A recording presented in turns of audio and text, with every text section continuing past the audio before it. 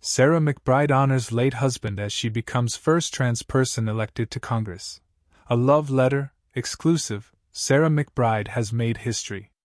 The Democratic politician, a Delaware state senator since January 2021, will become the first transgender member of Congress after defeating her Republican opponent, John Whalen III, in Delaware's at-large House district.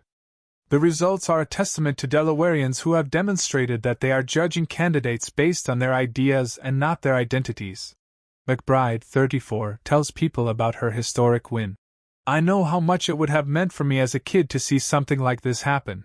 But I didn't run to make history with an election. I ran to help make historic progress in Congress for all Delawareans on all of the issues that matter," she adds. Reflecting on her initial interest in politics, McBride describes it as forged in a crisis of hope.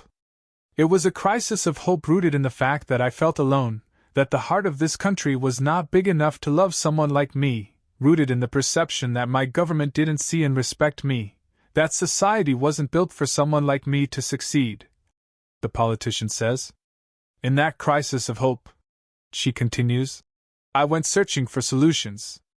Describing herself as a pretty significant nerd, McBride spent her free time growing up reading every single book that I could conceivably get my hands on about politics.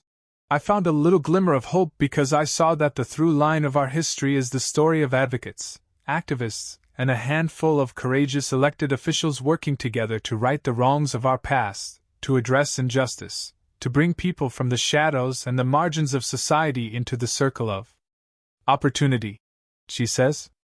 "And I found hope in that story, and I got involved." As McBride's career progressed, she began to realize that her dream of becoming a prominent figure in politics as a transgender woman was not only possible but achievable. "I came out to my parents in 2011 thinking there was just not going to be a place for me in politics, in government," the Congresswoman-elect recalls. "Slowly but surely, as I came out to my parents and my family and my close friends, I started to gain a level of confidence that, maybe as understandable as the fears were, they weren't unfounded." Working in the state Senate, and soon in Congress, means collaborating with individuals who have voted against LGBTQ+ rights, an experience McBride acknowledges is hurtful. But she's prepared to face these challenges head-on. "My job is to deliver, and that means working with people who disagree with some fundamental things that I hold dear. But that's the only way democracy works," McBride tells people, she adds. "It's not always easy, and I certainly wish that they voted differently. I certainly wish that they saw the dignity in LGBTQ people in our lives, but I have to do the job, and the job is to roll up my sleeves, dive into the details, and bring people together."